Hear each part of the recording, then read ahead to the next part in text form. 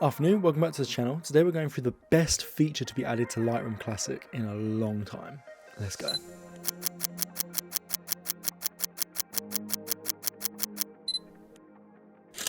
So, jumping straight in, the feature I'm talking about today is the Select Subject feature. Now, you might be saying, Luke, you're well out of date. This has been in Lightroom for months now, blah, blah, blah, blah, blah. Yes, this has been in Lightroom since the update around October 21.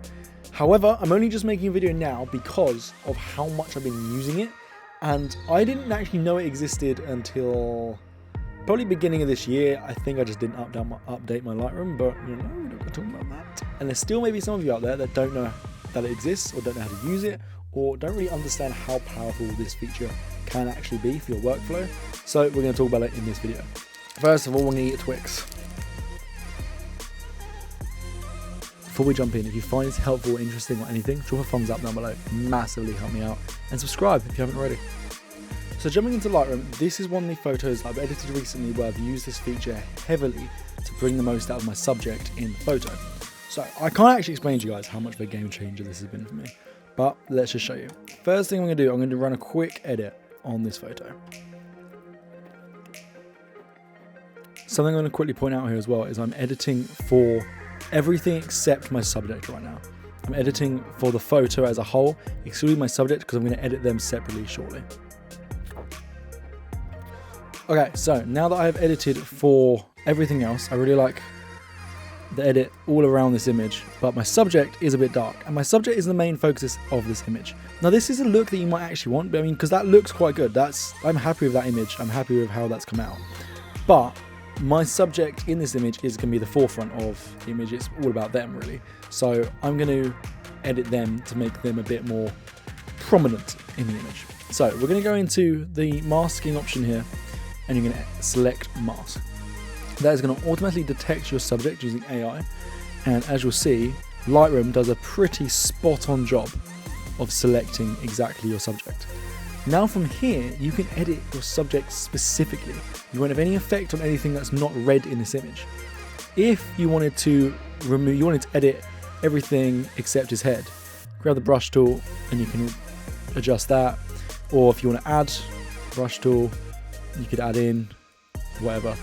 There's also other options here because you could select the sky, you can add linear, radial gradients, you can do whatever you want.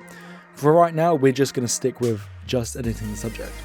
So with this feature, I can bring up my exposure on the subject to make them a bit more obvious, bring the highlights down so it's not over the top, adjust my shadows, adjust my blacks, clarity, like everything that you can see in this panel can be adjusted right now. Now, one thing I will say is what I've noticed while editing with this sort of feature is smaller edits are better. Going a bit too hard with how you edit and how extreme you go with pulling your shadows out and everything like that can have a detrimental effect on the image. So you want to just tweak it really small amounts and fine tune it instead of going guns blazing with this. I use this a lot in suboptimal lighting conditions. So for example, the background is well lit here. They're being backlit, and where we were shooting was very dark inside, which is why the front of our subject is very dark. So I will use this quite a lot to brighten up the subject and bring more focus onto them. As you can see, the first thing I did was I brought the exposure up, brought the highlights down so that it wasn't too over blurring. I've been playing with the shadows a little bit there, but my main goal here is to brighten up our subject. Now, what I've noticed from doing this a lot recently is doing so can almost make your subject sometimes seem superimposed onto the image, you know, like they've been photoshopped on.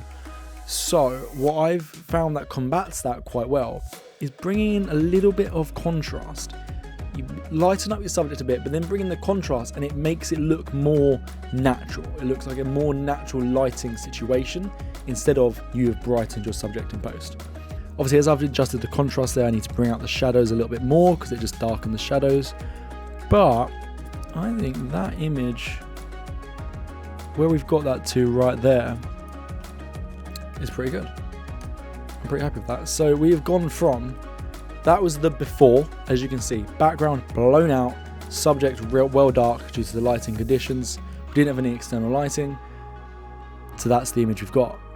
To after, like this, and if I get rid of that mask overall, so as you can see, it's not a drastic difference. However, it brings this focus more onto our subject, brightens them up, makes them more of, as I say, the focus of the image, and gets this image to exactly where I want it to be.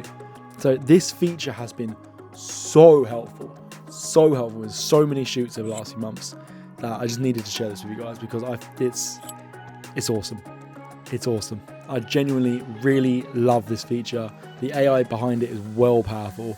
The fact it can detect subjects. I've had it detect some awkward subjects within some really like busy frames. Detects it without an issue.